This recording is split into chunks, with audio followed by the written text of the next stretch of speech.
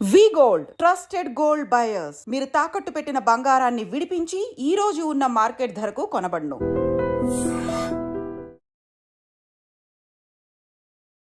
Physical gold బెస్టా, ETF బెస్టా? ఏది బెస్ట్? ఏది పెట్టుకుంటే ఇండివిజువల్కి ఉపయోగపడుతుంది? ఎందుకంటే ఎక్కువ మందికి ఇది డౌట్ ఉంటుంది. గోల్డ్ కొనాలా, ఎక్స్చేంజ్ ట్రేడెడ్ ఫండ్స్ కొనాలా, దేనివల్ల బెనిఫిట్ అవుతుంది? ఎక్కువ మంది దేన్ని చూస్ చేసుకుంటారు? ఇది ఒకసారి చూద్దాం. ఎట్లా అంటే ఇప్పుడు స్టాక్ మార్కెట్, తర్వాత రియల్ ఎస్టేటు, తర్వాత అసెట్ క్లాస్లో ఏముంది? గోల్డే ఉంది. ఇప్పుడు రియల్ ఎస్టేట్ ఇబ్బంది పడుతూ స్టాక్ మార్కెట్ పడుతున్నప్పుడు ఆల్టర్నేట్గా అసెట్ క్లాస్లో దేంట్లో పెట్టాలి? 100% గోల్డ్లోనే పెట్టాలి. అలా గోల్డ్లోనే మామూలుగా పడుతున్నప్పుడే కాకుండా సెంట్రల్ బ్యాంక్స్ అన్నీ ప్రతి సంవత్సరం 1000 టన్స్ కొంటున్నాయి. ఇదివరకు అంత లేవు. ఎందుకంటే మన పివి నరసింహారావు గారి రిఫార్మ్స్ అందరూ ఫాలో అవుతున్నారు.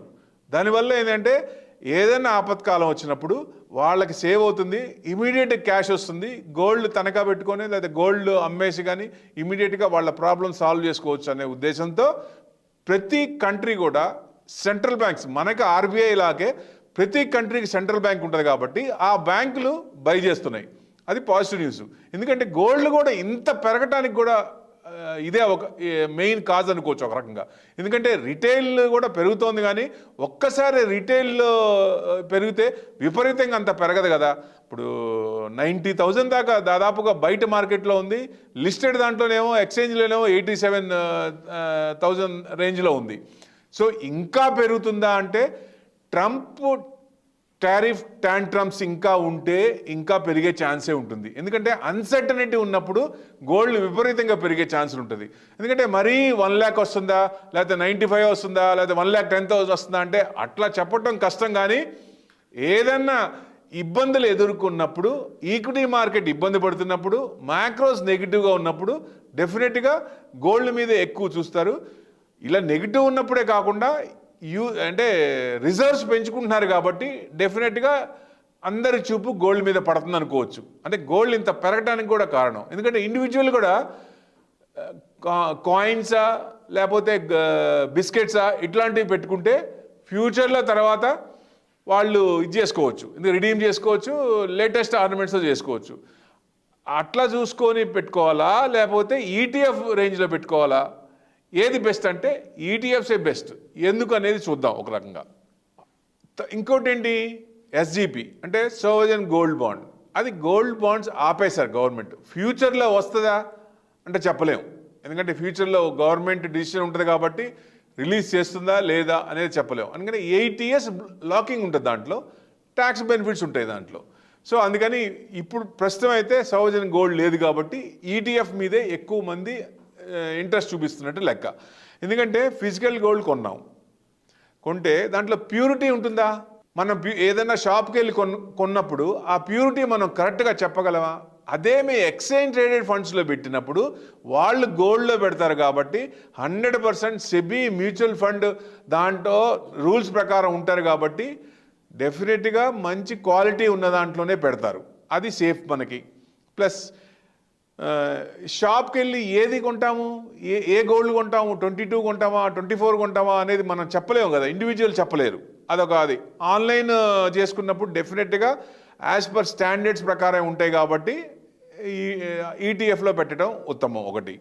Next safety. ఇప్పుడు గోల్డ్ మనం ఇంట్లో పెట్టుకుంటామా? పెట్టుకోలేము. సేఫ్టీ ప్రికాషన్స్ తీసుకోవాలి. సో అదే ఎక్స్చేంజ్ ట్రేడెడ్ ఫండ్స్ ఈటీఎఫ్లో పెట్టుకుంటే మన డీమ్యాట్లోనే ఉంటాయి. మనకి సేఫ్టీ కదా, ఎవరు దాన్ని దొంగిలించరు, ఎవరు తీసుకోలేరు. సో అది సేఫ్టీ జోన్ అనుకోవచ్చు ఒక రకంగా. ఇక్కడ 1 గ్రామ్ అంటే 8,000 ఉంటుంది. ఏది ఫిజికల్ చూసుకుంటే 8,000 చేంజ్, 8,000 ప్లస్ ఉండొచ్చు. అదే అక్కడ 1 యూనిట్ అంటే 8 రూపీస్ ఉంటుంది. డిఫరెన్స్ ఉంటుంది కదా. మనకు కావాల్సిన యూనిట్స్ కొనుక్కోవచ్చు. ఎన్ని కావాలో, మనకు ఎంత అమౌంట్ కావాలో దాని ప్రకారం ఇన్వెస్ట్మెంట్ చేసుకోవచ్చు. రేటు చూస్తే షాప్ టు షాప్ డిఫరెన్స్ ఉంటుంది గోల్డ్. అరే గోల్డ్ రేట్ కంట్రోల్ ఉండదు కదా. షాప్లోనేమో ఒక రేట్ అంటే పక్క షాప్లోనే ఇంకో రేట్ ఉంటుంది, ఆ కంట్రోల్ ఉండదు. బట్ ఇక్కడ ఆన్లైన్లో పర్ఫెక్ట్గా ఎంత ఉందో దాని ప్రకారం ఛార్జెస్ ప్రకారం, గవర్నమెంట్ ఛార్జెస్ ప్రకారం దాని ప్రకారం ఉంటుంది కాబట్టి అదొక సేఫ్ జోన్. ఇప్పుడు ఫిజికల్ గోల్డ్ కొన్నాం, మేకింగ్ ఛార్జెస్ తీసుకుంటారు 10 to 25%. ఇక్కడ ఏముంటాయి, ఏముండదు కదా, ఇక్కడ మేకింగ్ ఛార్జెస్ ఏముండదు. మనం ఈటీఎఫ్లో పెట్టుకుంటాం, అవసరమైనప్పుడు రిడీమ్ చేస్తాం, అప్పుడు లేటెస్ట్ కొనుక్కుంటాం. అది మనకి పాజిటివ్ పాయింటే. తర్వాత 3% జిఎస్టీ ఉంది ఏది మన ఫిజికల్ గోల్డ్లో. దీనికి జిఎస్టీ నిల్లు, డెఫినెట్గా అది పాజిటివ్ పాయింటే, ట్యాక్స్ లేదు అక్కడ. AMC charges, demat AMC charges 0.5 to 1% yearly ఉంటాయి. ఇది కూడా పాజిటివ్ మనకి, ఇదే కదా చాలా తక్కువ పడుతుంది. సో అంటే సేఫ్టీ ప్రకంగా చూసుకుంటే డిమాట్లో ఉంటాం సేఫ్. ప్యూరిటీ తీసుకున్న గవర్నమెంట్ రూల్స్ ప్రకారం ఉంటాయి డెఫినెట్గా ఇది.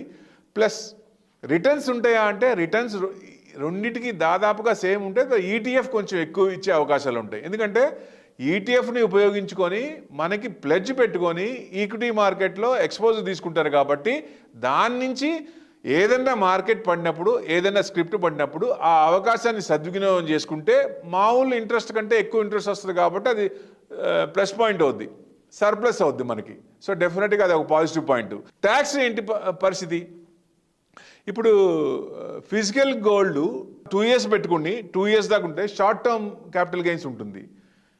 So short term capital gains అంటే ఇప్పుడు మన ట్యాక్స్ స్లాబ్ ప్రకారం ఏ స్లాబ్లో ఉన్నామో ఈ వచ్చిన ప్రాఫిట్ దాంట్లో యాడ్ చేసి అక్కడి నుంచి చేస్తారు.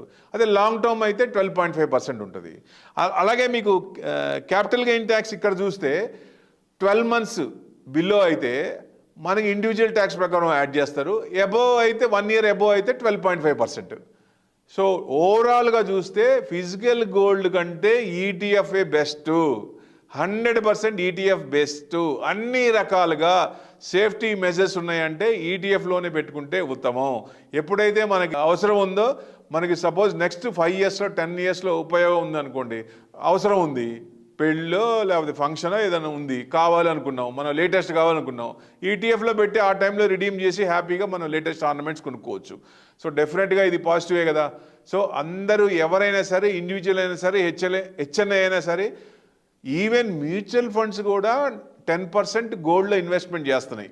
సో ఈ గోల్డ్ కూడా విపరీతంగా పెరగపోవచ్చు కానీ 70,000 to 80,000 రేంజ్లోనే ఉండొచ్చు. దానివల్ల మనకి మ్యాక్సిమం ఏదైనా అన్సర్టినీ వచ్చినప్పుడు కొంచెం పెరిగి మళ్ళీ రేంజ్ బౌండ్లోనే రావచ్చు, ఆ రేంజ్లోనే ఉండొచ్చు అనేది ఎక్స్పెక్టేషను. లాస్ట్ టైం కూడా నేను చెప్పాను ఏదైనా ప్రాబ్లం ఉన్నప్పుడే పెరుగుద్దని. ట్రంప్ టెరిఫ్ వల్ల పెరిగింది.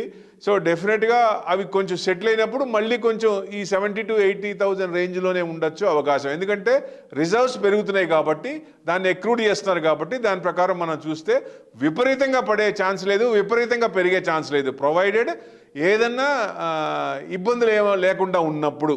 ఇబ్బందులు ఉంటే కొంచెం పెరిగి మళ్ళీ తగ్గే అవకాశాలు ఎక్కువ ఉంటాయి.